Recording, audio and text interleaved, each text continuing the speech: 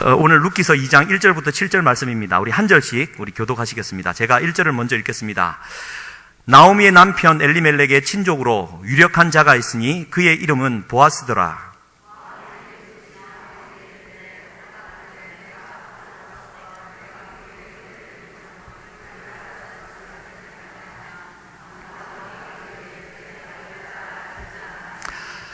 룻이 가서 베는 자를 따라 밭에서 이삭을 줍는데 우연히 엘리멜렉의 친족 보아스에게 속한 밭에 이르렀더라.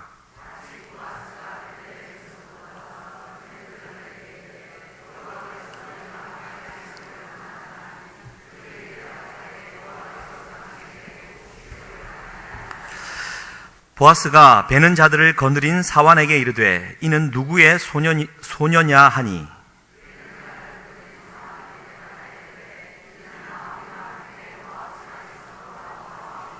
함께 읽겠습니다. 그의 말이 나로 베는 자를 따라 단 사이에서 이삭을 줍게 하소서 하였고 아침부터 와서는 잠시 집에서 쉰 외에 지금까지 계속하는 중이니이다. 아멘. 오늘은 유력한 자가 있으니 라는 제목으로 오늘 또 3일밤 저녁 하나님 말씀 나누겠습니다.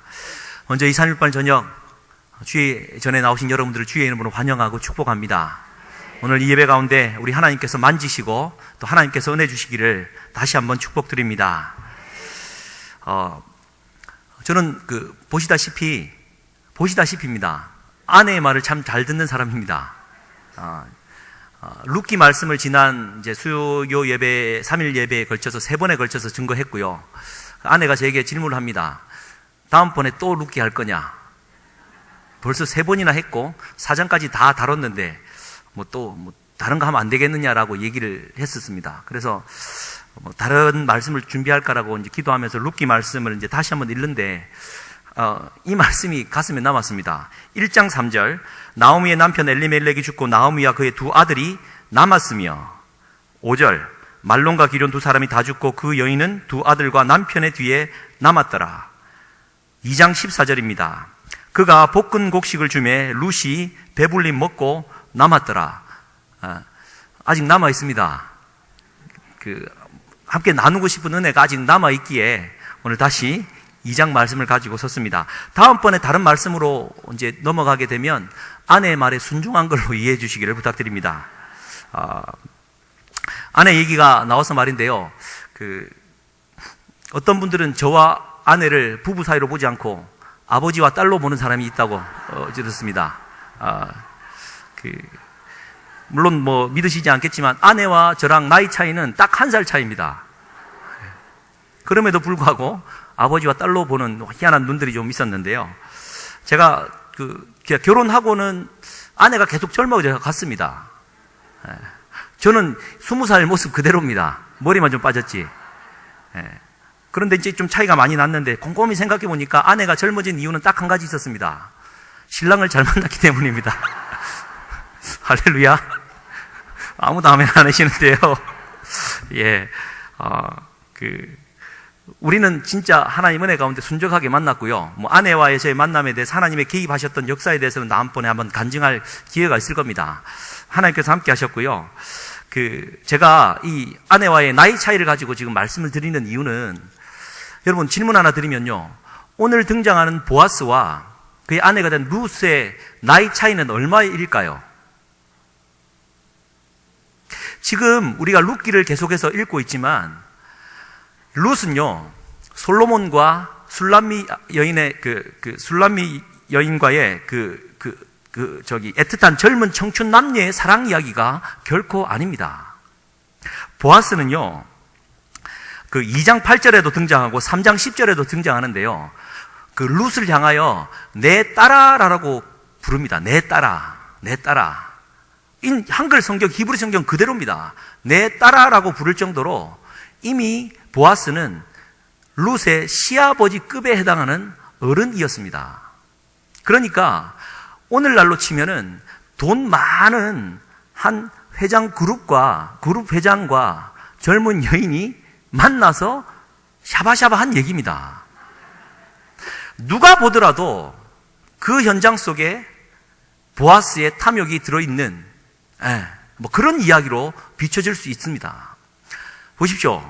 저와 아내는 비록 나이 차가 많아 보이지만 한 살 차밖에 나지 않는 반전이 숨어 있지만 보아스와 룻의 관계에 있어서는 보기에도 나이 차가 많았고요.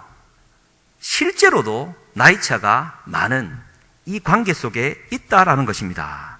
그래서요, 4장 12절을 한번 보시면은 이제 나중에 보아스가 기업을 무르고 룻을 아내로 맞이하자 동네 사람들이 이제 그를 축복하면서 하는 얘기가 이렇습니다. 4장 12절입니다. 제가 한번 읽어드릴게요.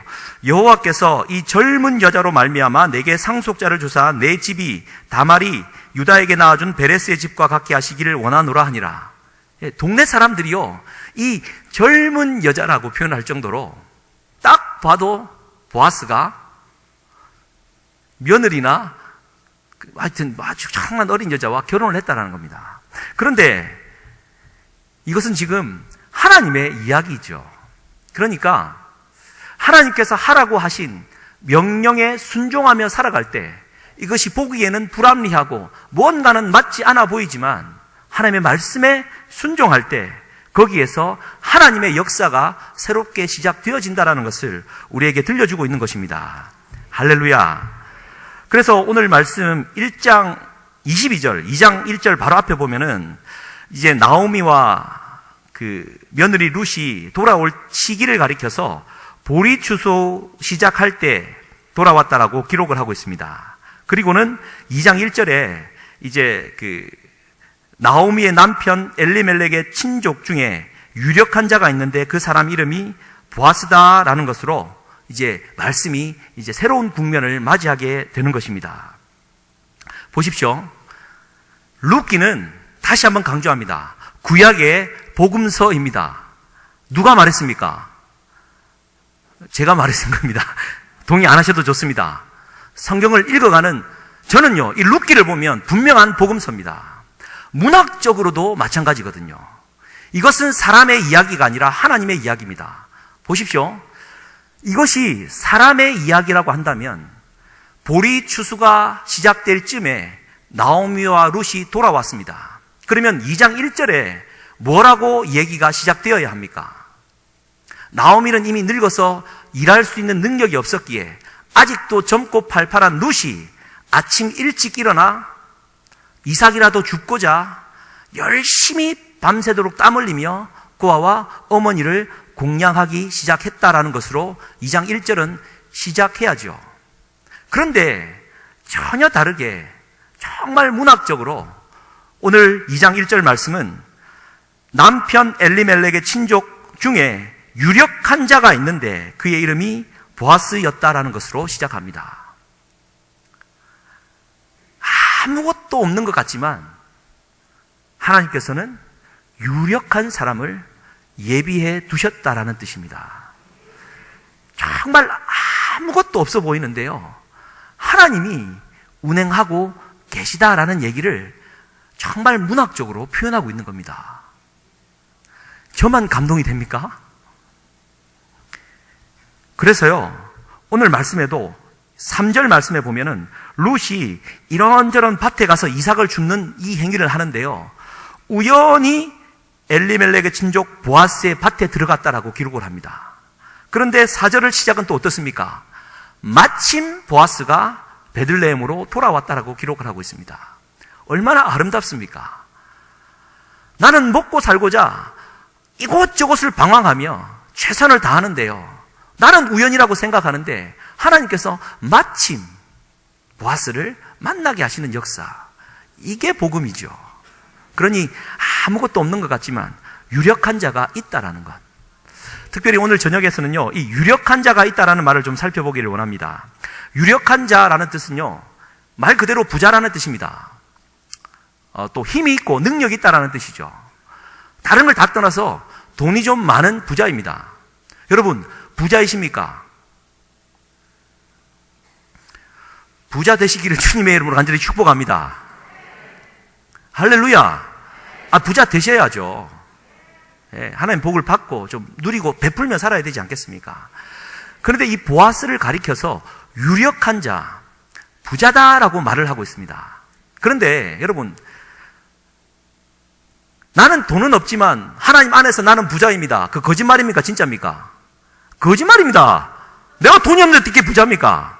신앙 고백이지요. 맞습니다. 그러니까 하나님의 재물은 내 것이기에 나는 부자입니다. 그런데 현실적으로는 부자가 아니죠. 거짓말이라고 표현해서 죄송합니다만 실질적으로는 아니지 않습니까? 그런데 실제로 돈은 많은 이 보아스는 하나님 보시기에도 부자였습니다. 그런데 진짜 돈 많은 부자는 어떤 사람이냐라는 것이죠. 첫 번째로 우리가 알 수 있는 것은 진짜 유력한 보아스는요, 정말 내가 부자인 사람은요, 언어 생활 자체가 틀린 사람을 말합니다. 어떻게 알 수 있냐고요? 오늘 말씀에서 등장합니다. 4절 말씀 한번 보십시오. 보아스가 베들레헴으로부터 돌아와서 베는 자들에게, 일명 종들에게 이런 말을 합니다. 같이 한번 읽을까요? 시작. 여호와께서 너희와 함께 하시기를 원하노라. 그들이 대답하되 여호와께서 당신에게 복 주시기를 원하나이다. 아멘. 보십시오. 지금 주인인 보아스와 종들과의 대화의 수준입니다. 주인이 와서 딱 보니까 일을 잘하고 있나 못하고 있나 감시하는 것이 아니라 오자마자 보아스는 일하는 자들에게 하나님이 너희와 함께 하시기를 원하노라. 축복합니다. 그랬더니 종들이 뭐라고 대답합니까? 하나님께서 당신에게 복 주시기를 원합니다. 한 번만 등장했지만요, 이거는 보아스와 종들 사이에 이미 엄청나게 훈련되어진 대화의 내용 아니겠습니까? 진짜 부자는 누구입니까? 그의 입의 언어가 하늘 내 천국 방언으로 가득한 자가 참된 부자임을 우리에게 말해주고 있습니다. 3장 12절에는요, 이런 얘기가 등장을 합니다. 무슨 얘기냐면, 이제 나오미가 보니까 보아스가 먼 친척뻘 되어서 자기의 기업을 대신 물어줄 위치에 있는 사람이거든요. 그랬더니 그래도 곱게 생긴 룻을 이제 단장시켜서 보아스가 잠자는 침상 발밑에 몰래 가서 앉아있으라고 말을 합니다. 일명 썸띵을 만들려고 했던 거죠. 잠을 자고 있던 노인이던 이 보아스가 잠을 딱 깼는데 발밑에 젊은 처자가 앉아있는 겁니다. 깜짝 놀랐겠죠. 깜짝 놀란 노인이 젊은 이 아가씨한테 뭐라고 얘기를 했겠습니까? 이거 남들 보면 오해 사니까 이러지 말아라. 네가 왜 이러느냐라고 쫓아보낼 수도 있는 법인데요. 3장 10절에는 이렇게 먼저 말을 합니다. 그가 이르되 3장 10절입니다. 내 딸아 여호와께서 내게 복 주시기를 원하노라. 예. 사랑하는 성도님들, 입술에 이 축복의 언어가 넘쳐날 수 있기를 주님의 이름으로 간절히 축원드립니다. 얼마 전에 저희 친구를 만났는데요. 자기 자녀들 얘기하면서 자기는 이 험한 세상을 잘 살게 하기 위하여 자기 이제 자녀가 셋인데 딸 하나 아들 둘인데요. 자기가 직접 욕을 가르친답니다. 세상에서 충격받지 않도록. 그리스도인인데 욕을 먼저 가르친답니다. 아빠 정도의 욕 정도는 괜찮다. 그리고 세상 가서 충격받지 말고 언어 생활을 잘 하라고 가르친답니다. 그러면서 제게 물었습니다. 너는 목회자가 돼가지고 부부싸움은 얼마 정도 하냐고 질문하더라고요. 여러분, 저는 부부싸움을 얼마나 할 것 같습니까? 여러분들은 얼마나 하고 사십니까? 제 기억으로는 부부싸움을 거의 한 적이 없습니다. 비웃지 마십시오. 왜냐하면 서로의 성격이 좀 비슷하거든요. 기분 나쁘거나 서로를 긁는 일이 벌어지면 말을 조심하기 위하여 아예 말을 끊어버립니다. 그러다가 스물스물 누군가가 미안하다고 얘기를 합니다. 10중 8구는 저희 아내가 먼저 미안하다고 얘기를 합니다. 그러고 보니까 그런 것 때문에 더 젊어지지 않나 싶습니다만, 예, 그러네요. 그죠? 예. 그렇습니다. 그러면서 그 친구가 나는 거의 안 싸운다. 그러니까 그 친구 하는 얘기가 이거입니다. 별 재미가 없겠네. 부부 사이에 뭔가 싸워야지 정도 들고 애정이 있기 때문에 싸운다는 겁니다. 여러분, 이게 동의하십니까? 제가 뭐라고 했겠습니까? 그건 네 수준에서 말하는 사랑 이야기지. 짧으면 60, 많으면 80평생을 살아갈 때 서로 사랑하고 축복하고 그러면 살아도 부족한 시간인데 막 싸웠다가 또 먼저 사과하기를 기다리면서 사과 안 하면 막 기분 나빠서 막 쥐어차고 이 감정 소비를 하며 보내는 시간이 얼마나 아깝습니까? 사랑합니다. 축복합니다. 사랑하는 성도님들, 세상 사람들을 말합니다.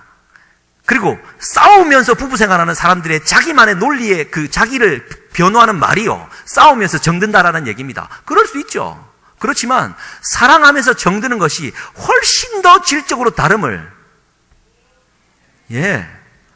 사랑하며 사십시다. 교회도요, 사랑하며 살다가 주님 불러줄 때 가기도 바쁜데 언제 싸우고 있습니까? 진짜 이 세상을 살아가는 부자는 누구냐? 오늘날의 보아스는 누구냐? 지금 보아스를 통해 우리가 알 수 있는 것은요, 그가 정말 많은 것을 가진 부자이지만 그의 입의 언어에서는 상대방이 잘하든 못하든 상대방의 그 빈부귀천을 다 떠나서 그 입에서 먼저 나오는 말이 축복의 언어였음을 우리는 기억했으면 좋겠습니다. 할렐루야. 그리고 두 번째는요, 진짜 유력한 사람은, 이건 정말 중요한 얘기인데요, 자기 것을 내어줄 줄 아는 자가 진짜 부자임을 오늘 말씀은 우리에게 가르쳐 주고 있습니다. 보십시오. 다시 한번 룻기를 정리하면 그렇습니다. 이방 땅에서 엘리멜렉과 나오미가 아들 둘과 함께 이방을 갔다가 남편 죽고 두 아들 죽고 며느리 오르바와 룻만 남았는데, 오르바는 자기 고향으로 돌아가고 룻만 어머니를 부쫓아 다시 돌아왔습니다. 그게 나오미와 룻만 남았죠. 나오미는 스스로를 가리켜 기쁨이라는 뜻의 자기 이름을 버리고 마라, 슬픔, 고통이란 이름으로 나를 불러라라고 말을 하고 있습니다. 이 자기 비하의 발언과 비교되게 룻은 돌아와서 어머니를 공양하기 위해 최선을 다하여 노력하고 있습니다. 성경은 이때를 가리켜 보리추수할 때였다라고 기록을 하고 있죠. 그리고는 이 나오미가 이 보리추수 때에 이 이삭을 줍는 과정을 통하여서 우리에게 좋은 성경의 원리를 가르쳐 주고 있거든요. 원래 이제 그 이스라엘 백성들의 법은 그렇습니다. 그 추수 때가 되어지면 이제 땅 주인이 일꾼들을 불러다가 일직선에 두고 이제 단을 걷어가면서 단을 묶죠. 묶고 덮어놓고 또 출발하고 덮고, 그러면은 그 뒤에 여인들이 따라가는 겁니다. 가난한 여인들이. 그거는 묵인해 주는 겁니다. 왜냐하면 레위기 말씀에 따르기 때문에. 그래서 단을 이제 쌓아서 묶고 올려놓고 하면 이삭들이 떨어지지 않습니까? 때로는 큰 건더기도 떨어지고. 그러면 그 남자를 따라 여인이 주워서 가고 있는 겁니다. 그러면 어떤 일이 벌어지겠습니까? 일을 정말 잘하는 사람 뒤에 우연히 붙어서 따라가는 여인은 그날 일을 공치지 않겠습니까? 주술 게 하나도 없습니다. 그런데 일을 좀 서툴게 하는 사람은 낯질도 서툴고 묶는 것도 서투니 많이 떨어지겠죠. 그러니 그 사람의 뒤를 쫓아간 여인은 그날은 횡재를 하는 겁니다. 그러니 여인들의 눈은 뭐가 발달하겠습니까? 일을 잘하나 못하나 발달하겠죠. 이것이 이제 그 이스라엘 그 당시의 그 일인데요. 이건 하나님 나라의 원리를 우리에게 가르쳐 주는 거라 믿습니다. 여러분, 교회도요, 일을 너무 잘하는 사람 뒤에 따라가다가는 굶어 죽습니다. 때로는 일을 정말 못하는데 그 뒷사람 따라가다가 내가 전문가가 되거나 생명을 얻는 경우가 있다는 것이죠. 그렇지 않겠습니까? 어떤 한 목사님이 설교를 하는데 말을 더듬어요. 하면 그 더듬는 설교를 10년을 들으니까 하는 순간 아멘이 터져 나오더랍니다. 저 말에 할렐루야가 이어질 것이기 때문에. 그러니까 목회자의 부족함을 성도들이 그 부족함 때문에 그 더 큰 은혜를 받아 누리는 역사가 있다는 것이죠. 하나님 나라의 원리입니다. 교회도 마찬가지거든요. 다시 한번 강조하지만 정말 일은 깔끔하게 잘하고요. 맡겨만 놓으면 일은 너무나도 잘하는데, 희한하게도 그 주변에는 사람들이 없습니다. 상처만 받아요. 과연 그것이 하나님의 일을 했다라고 감히 말할 수 있겠습니까? 다시 한번 강조하지만 하나님의 나라의 일은 생명을 살리는 일입니다. 좀 전에도 올라오는데요, 우리 몇 분이 제게 이런 말을 하셨습니다. 목사님, 기대합니다. 뭘 기대한다는 뜻입니까? 뭐 재미난 유머가 좀 나와야 됩니까? 말씀에 막 은혜롭게 가야 됩니까? 아니요. 그거 상관없지요. 목회자는 하나님 주신 마음 가지고, 좀 부족한 입술 가지고, 좀 앞뒤 주어 동사가 틀리더라도 그냥 열정적으로 전달하면 되는 것이고요. 여러분, 그 부족함을 그냥 완전함으로 받고 은혜로 아멘으로 화답하면 되는 것 아니겠습니까? 하나님의 나라는요, 우리 조명 좀 나가고 좀 어둡고 마이크 실을 좀 안 좋고 하면 어떻습니까? 우리 교회는 조금 낙후되었어. 이제 금방 새로워질 겁니다. 할렐루야. 준비하고 있거든요. 깜짝 놀라실 겁니다. 그런데 뭔지 모를 부족함, 뭔지 모를 연약함 느껴지실 때 그것은 하나님의 역사가 있음을 우리가 잊지 말아야 할 것입니다. 좀 흘리고 다니십시오. 할렐루야. 건망증 있으시죠? 금방 어디 뒀는데 내가 어디 뒀는지 몰라갖고 내가 죽을 때가 다 됐다. 아니요. 그건 하나님께서 여러분들을 통하여 일하시기 위함인 것입니다. 이걸 제가 뼈저리게 느낀 이유는요, 제가 이번 새벽 기도회 때 한번 간증을 한 적이 있는데요. 저희가 유학 생활하는 동안 진짜 아버지 사업이 끝나고 돈이 없었습니다.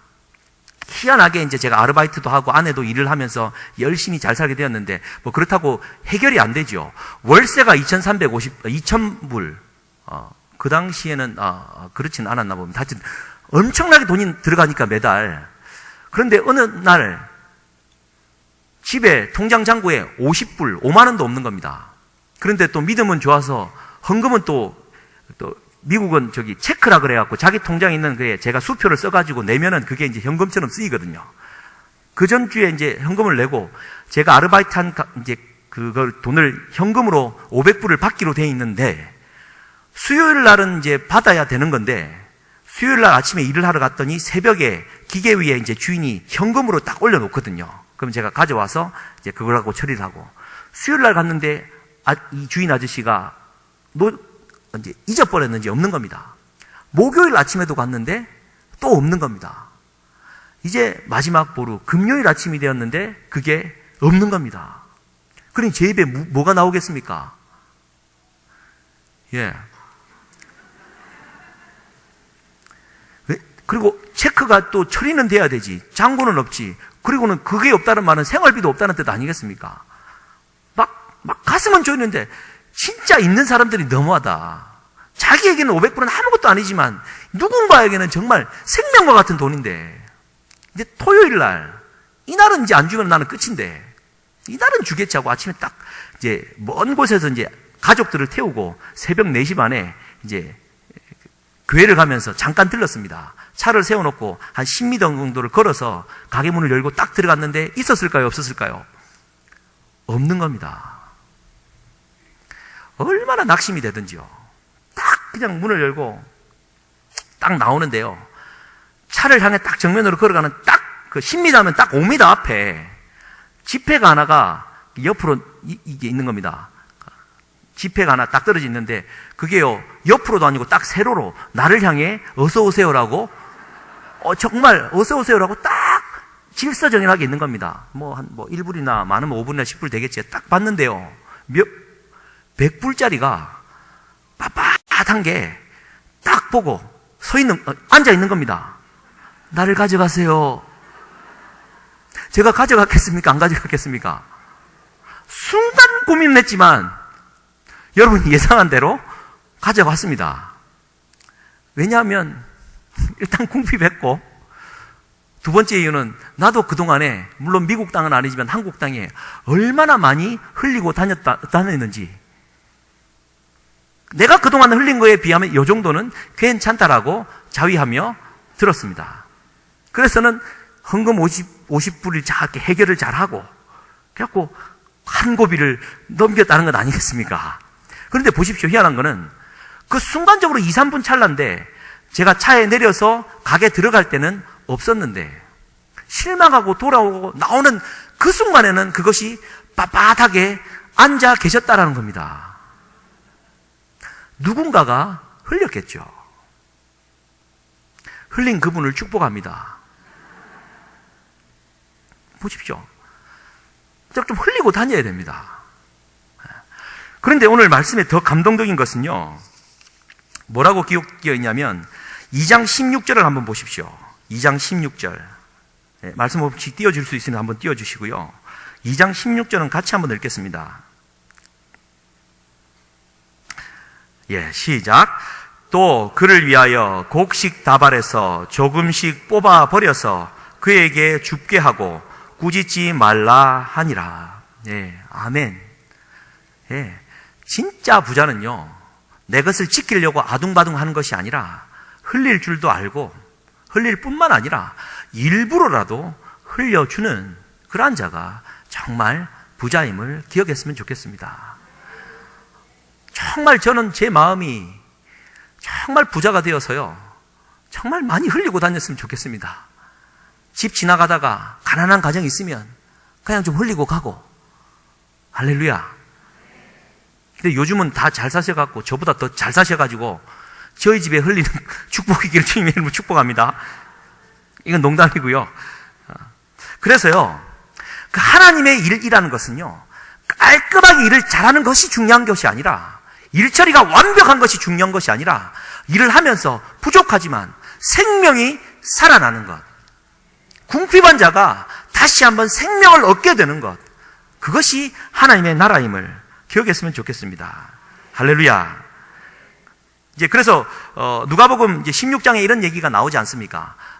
부자가 있고 악한 종이 있는데, 이 악한 종이 부자 재산을 자꾸 갈취해 썼습니다. 그랬더니 나중에 그 사실을 주인이 알고 이 종을 쫓아보내려고 하니까, 이 악한 종이 생각하니까 나이는 들었지, 지금 어디 가서 살 곳도 없지, 그러자고 뭐 빌어먹자니 부끄럽지. 그러니까 머리를 쓴 게, 그동안에 이제 빚진 자들을 다 불러가지고 자기가 선심을 쓰는 겁니다. 말 100마리면 50마리라고 써라. 그리고 밀이 있으면 밀 100석이면 80이라 써라. 그렇게 해서 막 일을 처리를 해버린 겁니다. 자기 살라고. 그랬는데 예수님이 이 비유를 하시면서 결론 짓는 누가복음 16장 8절 말씀이 이렇습니다. 제가 한번 읽어드릴게요. 주인이 이 옳지 않은 청지기가 일을 지혜 있게 하였으므로 칭찬하였으니 이 세대의 아들들이 자기 시대에 있어서는 빛의 아들들보다 더 지혜로움이니라. 보십시오. 이 세대의 아들들이 빛의 아들들보다 더 지혜롭게 행했다라는 겁니다. 뒤집어 표현하면 빛의 아들인 그리스도인들이 돈 때문에 사람에게 상처 주고 돈 때문에 사람의 생명을 상하게 했다라는 겁니다. 지혜롭지 못하게 행동하더라는 것 아니겠습니까? 오히려 주님 말씀하실 때 빛의 아들들보다 이 세대의 아들들이 더 지혜로웠다 말씀하고 계십니다. 잠언 11장 24절 말씀입니다. 이것도 같이 한번 읽을게요. 시작. 흩어 구제하여도 더욱 구하게 되는 일이 있나니 과도히 아껴도 가난하게 될 뿐이니라. 다시 한번 읽겠습니다. 시작. 흩어 구제하여도 더욱 구하게 되는 일이 있나니 과도히 아껴도 가난하게 될 뿐이니라. 아멘. 흩어 구제할지라도 하나님께서 더 부하게 만드시는 역사가 있다는 것 기억했으면 좋겠습니다. 그래서요, 말씀을 좀 이렇게 모아보면 그렇습니다. 아무개인지 아시겠죠? 루키 지금 계속 하니까. 아무개가 사장이 등장합니다. 기업 물을 권리가 있던 1순위 아무개.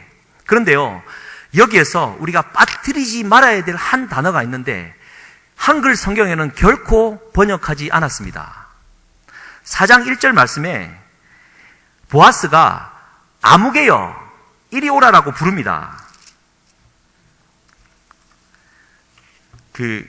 1절에 이렇게 기록되죠. 보아스가 성문으로 올라가서 거기 앉아있더니 마침 보아스가 말하던 기업 물을 자가 지나가는지라. 보아스가 그에게 이르되 아무개여 이리로 와서 앉으라. 여러분, 이 아무개라고 이름을 부를 때요, 아무개라고 부르기 전에 한 단어가 있습니다. 호이. 호이. 호이. 이 단어는요, 구약에 엄청 쓰였습니다. 예레미야가 예루살렘을 향하여, 무너진 예루살렘 성을 향하여 부를 때, 슬프다 예루살렘 성이여, 예루살렘 성이여. 이사야서 55장에 오호라, 돈 없는 자는 내게 나오라, 값 없는 자도 내게 오라, 값 없이 살아 말씀하실 때 오호라라는 말입니다. 슬프다, 오호라. 누구의 말입니까? 보아스가 아무개를 가리켜 호의하는 말이겠습니까? 아니요. 이 말은 번역은 안 되었지만 번역 안 되는 게 맞다라고 생각합니다. 왜냐하면 이 탄식의 소리는 하나님의 소리이기 때문입니다. 자기 것을 가지고 있지만, 기업 물을 권리를 가지고 있지만 결코 자기 손해가 날까봐 단 1%치도 희생할 마음이 없는 자를 가리켜 하나님은 호의, 슬프다 말씀하고 계시는 겁니다. 그래서요, 이게 참 대단한 말입니다. 리디머, 기업 물을 자, 리디밍, 기업 물을 권리라고 표현하고 있습니다. 여러분, 내 재산을 들여가지고 친족의 이름으로 친족의 빚을 다 갚아주는 일이 어떻게 권리입니까? 의무이지. 그렇지 않습니까? 이건 새벽재단 아니니까 정신 똑바로 차리고 들으십시오. 내 돈 들여서 저 사람을 위해서 대신 갚아주고 대신 물어주는 것은 내가 행해야 될 의무이지, 이게 어떻게 권리가 됩니까? 그런데 이것은 하나님 나라의 언어입니다. 자기 희생권. 이해하시겠습니까? 자기 희생이라는 것은요, 권리라는 겁니다. 의무가 아니라는 거예요. 자기가 희생할 수 있다라는 것은 내가 누릴 수 있는 권리인 것입니다. 이 자기 희생권을 발동하여서 충분히 자기 희생, 자기 부인이 일어날 수 있는 우리 해운대 매일 순복음교회 성도님들 될 수 있기를 주님의 이름으로 간절히 축원드립니다. 자기 희생권, 이것이 드러나야죠.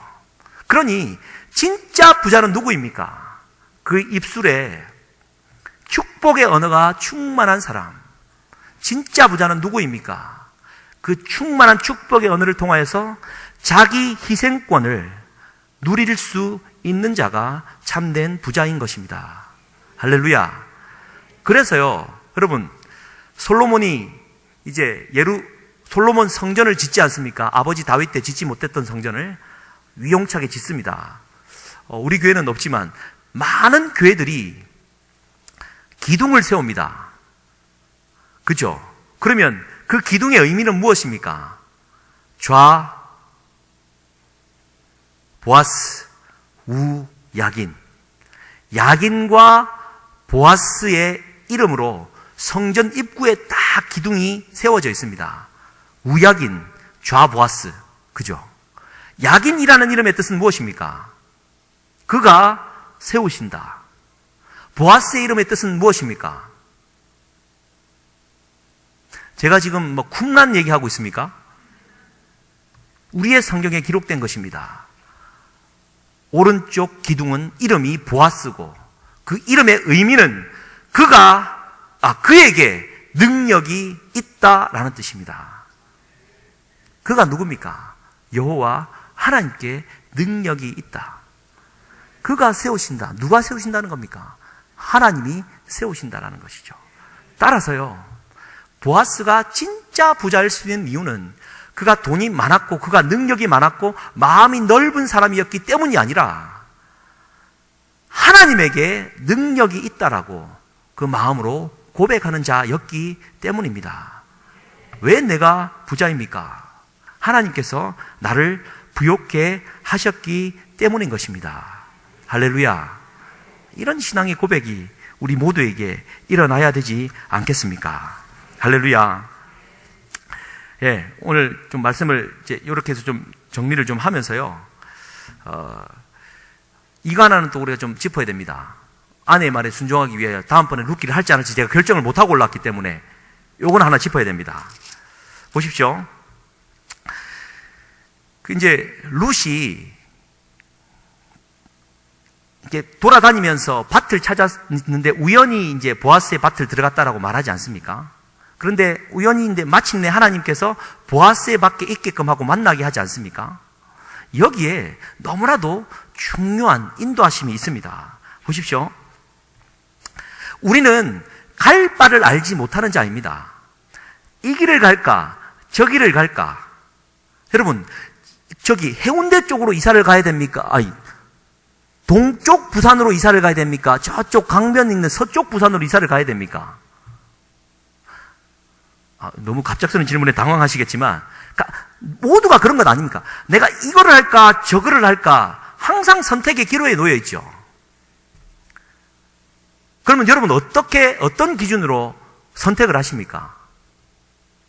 이게 침 다 뱉다고 탁 하고 그런 데로 갑니까? 막 기도하다가 하나님 주시는 감동으로 간다고 이렇게 보통 표현하죠.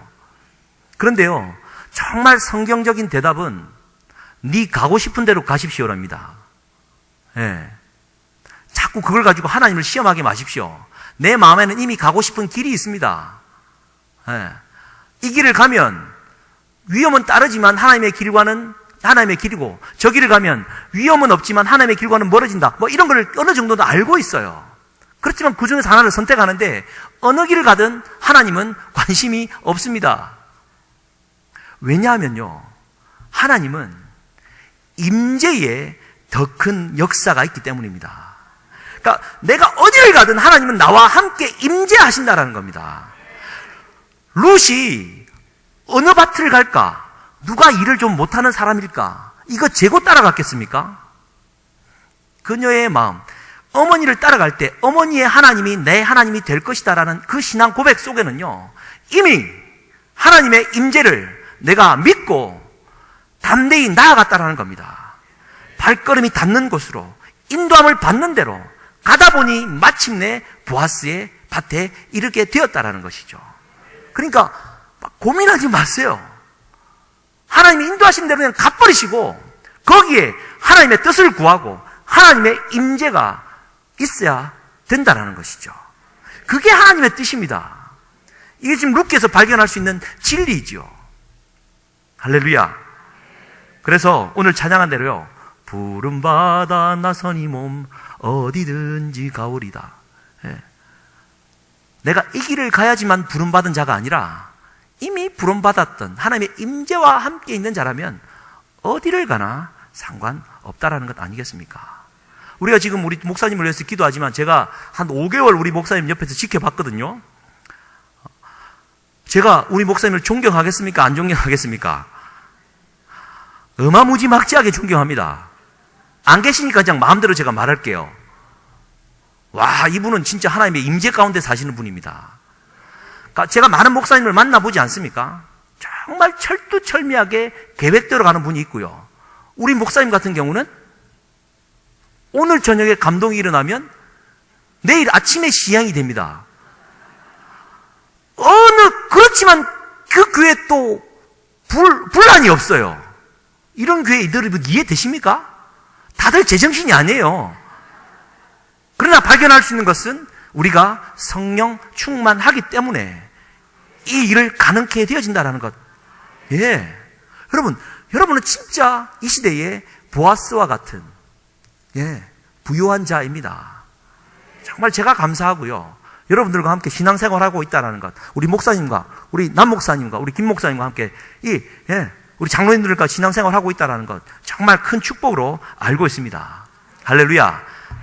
다시 한번 정리하겠습니다. 진짜 부자인 보아스와 같은 자이십니까? 그런 자는 입술에 축복의 언어가 충만한 자입니다. 사랑합니다. 아니, 사랑합니다. 축복합니다.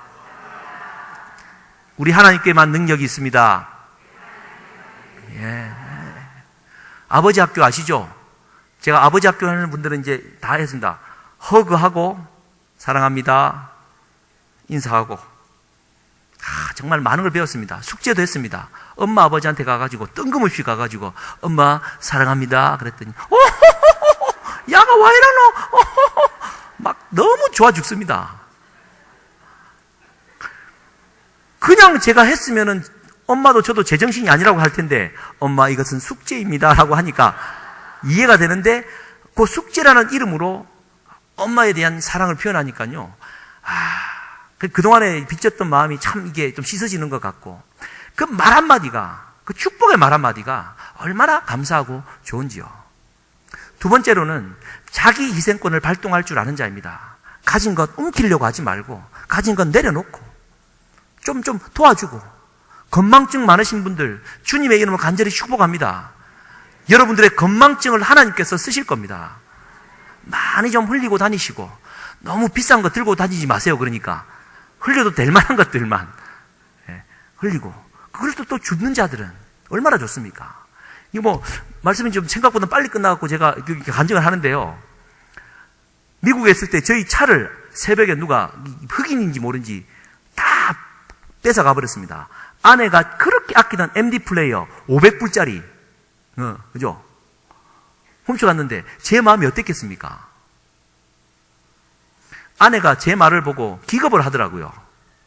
뭐 괜찮다. 그 사람이 훔쳐가갖고 또 중고로 팔면은 진짜 필요한 사람이 싼 값에 그것을 사 쓰겠지.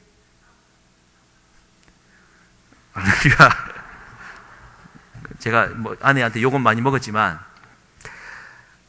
그럼 그거 아니겠습니까? 찾을 수도 없는데 그거 돌고 돌아가지고 정말 필요한 사람이 다분 싼 값에 그 기능을 가지고 노래할 수 있다면 기꺼이 도둑 맞아도 좋은 것 아니겠습니까? 이 부분 동의 안 하셔도 좋겠습니다. 자기 희생권이라는 말의 얘기 아니겠습니까? 자기 희생권. 그리고는요, 그 모든 과정들이 보아스, 오른쪽에 있는 기둥처럼 내게 능력이 있는 것이 아니라 그분에게만 능력이 있다라는 것. 함께 고백하는 저와 우리가 될 수 있기를 주님의 이름으로 간절히 축원드립니다.